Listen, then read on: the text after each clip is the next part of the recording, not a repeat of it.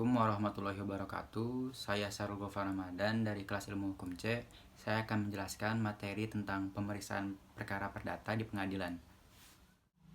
Yang pertama, saya akan menjelaskan tentang cara mengajukan surat gugatan.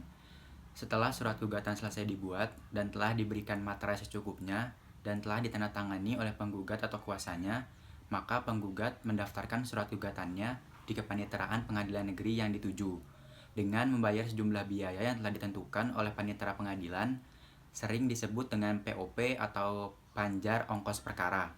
Disebutkan dalam pasal 121 ayat 1 HIR yang menyatakan sesudah surat gugatan itu didaftarkan oleh panitera pengadilan di dalam daftar yang telah disediakan untuk itu, maka ketua pengadilan dengan penetapannya menentukan hari dan jam waktu perkara tersebut diperiksa di muka pengadilan.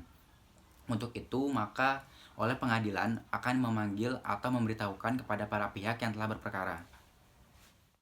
Kemudian pemanggilan atau pemberitahuan sidang merupakan awal dari proses pemeriksaan persidangan. Menurut pasal 338 dan pasal 390 ayat 1 HIR, yang berfungsi untuk melakukan panggilan adalah jurusita.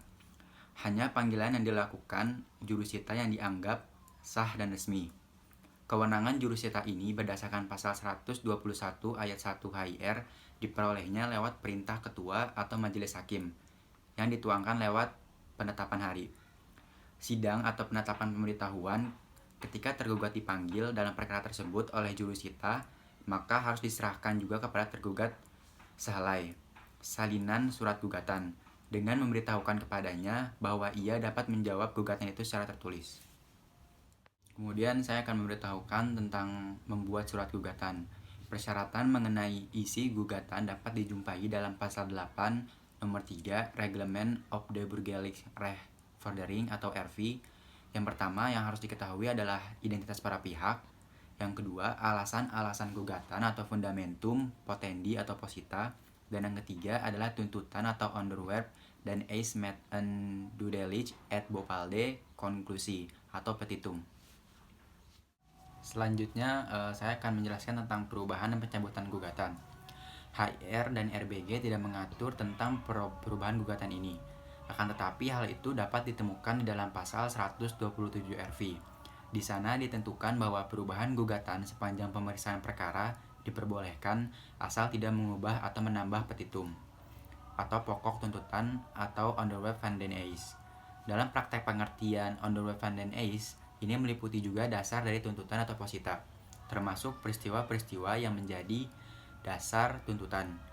Jadi di sini yang tidak boleh diubah dan ditambah adalah dasar dari tuntutan itu sendiri, sehingga bisa menimbulkan kerugian pada hak pembelaan oleh tergugat. Kemudian perubahan gugatan sebenarnya tidak dibenarkan pada tingkat di mana pemeriksaan perkara yang sudah hampir selesai, saat dalil-dalil tangkisan dan pembelaan sudah habis dikemukakan oleh tergugat.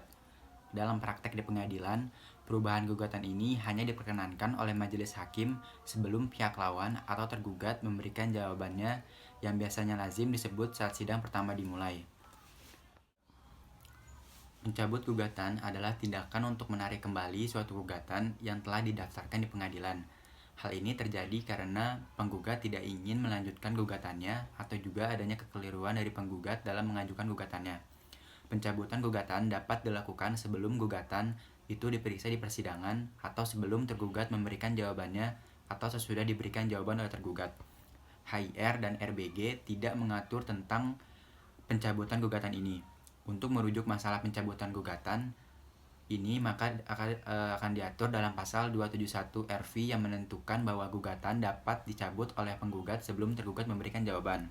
Bila mana tergugat telah memberikan jawaban, maka gugatan tidak dapat dicabut atau ditarik kembali kecuali disetujui oleh tergugat. Selanjutnya saya akan menjelaskan tentang jawaban gugatan dan replik serta duplik. Jawaban terhadap surat gugatan dibuat dengan tertulis sebagaimana diatur dalam pasal 121 ayat 2 Herzien Inland Reglement atau HIR yang berbunyi, ketika memanggil yang digugat, maka sejalan dengan itu hendak diserahkan juga sehelai salinan surat tuntutan dengan memberitahukan kepadanya bahwa ia kalau mau boleh menjawab tuntutan itu dengan surat.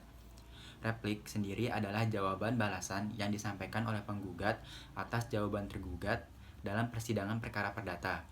Replik biasanya berisi dalil-dalil atau hal-hal tambahan untuk menguatkan dalil-dalil gugatan si penggugat. Dan duplik adalah jawaban tergugat atas replik dari penggugat, dan dengan demikian jelas isi duplik mengenai dalil-dalil untuk mengutarakan jawaban dari tergugat.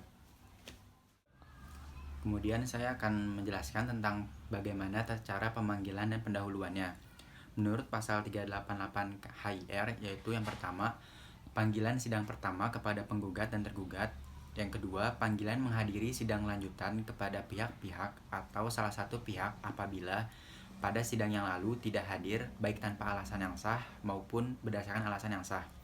Kemudian panggilan terhadap saksi yang diperlukan atas permintaan salah satu pihak berdasarkan pasal 139 HIR, atau dalam hal ini mereka tidak dapat menghadirkan saksi yang penting ke persidangan.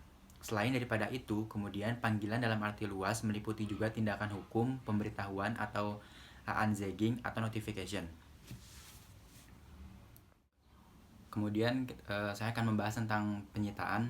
Ketentuan sita jaminan terdapat pada pasal 227 HIR, yang pada ayat 1 pasal 227 tersebut dinyatakan bahwa jika terdapat persangkaan yang beralasan bahwa seorang yang berhutang selagi belum dijatuhkan keputusan atasnya atau selagi putusan yang mengalahkannya belum dapat dijalankan, mencari akal akan menggelapkan atau membawa barangnya, baik yang tidak tetap maupun yang tetap, dengan maksud akan menjauhkan barang-barang itu dari penagih utang, maka atas surat permintaan orang yang berkepentingan, ketua pengadilan negeri dapat memberi perintah supaya disita barang itu untuk menjaga hak orang yang memasukkan permintaan itu, dan kepada peminta harus memberitahukan akan menghadap ke persidangan pengadilan negeri yang pertama sesudah itu untuk memajukan dan menguatkan gugatannya.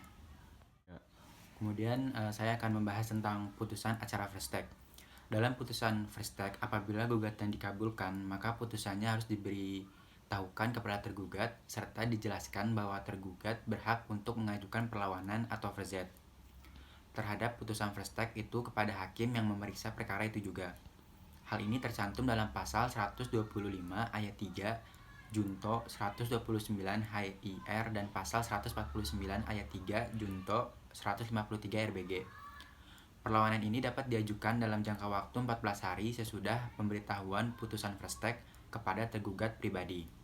Maka perlawanan dapat diajukan sampai hari ke-8 setelah teguran untuk melaksanakan putusan first take itu, atau apabila tergugat tidak datang menghadap untuk ditegur, perlawanan tergugat dapat diajukan sampai hari ke-8 sesudah putusan first take itu dijalankan, yang dicantumkan dalam pasal 129 ayat 2 HIR dan 153 ayat 2 RBG.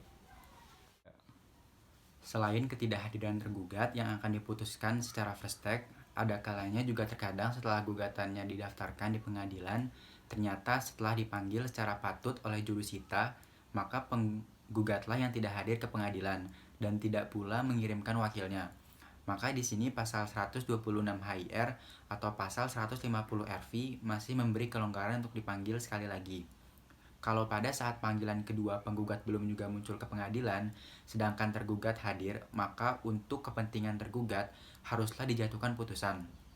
Dalam hal ini, gugatan penggugat dinyatakan gugur serta dihukum untuk membayar biaya perkara.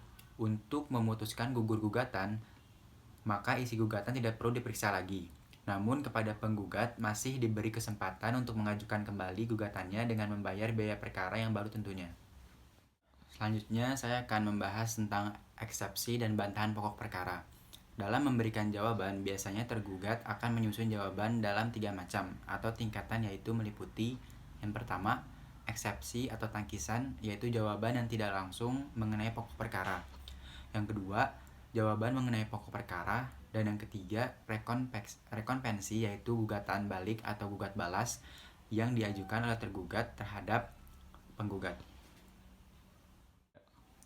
Kemudian yang terakhir saya akan membahas tentang akta perdamaian dan mediasi. Akta perdamaian adalah akta yang memuat isi kesepakatan perdamaian dan putusan hakim yang menguatkan kesepakatan perdamaian tersebut yang tidak tunduk pada upaya hukum biasa maupun luar biasa. Akta perdamaian dapat terjadi setelah adanya konflik yang terjadi di antara kedua belah pihak. Dan kemudian mediasi. Mediasi adalah upaya penyelesaian konflik dengan melibatkan pihak ketiga yang netral, yang tidak memiliki kewenangan mengambil keputusan yang membantu pihak-pihak yang bersengketa mencapai penyelesaian atau solusi yang diterima oleh kedua belah pihak. Sekian yang dapat saya sampaikan mengenai materi pemeriksaan perkara perdata di pengadilan, dan terima kasih.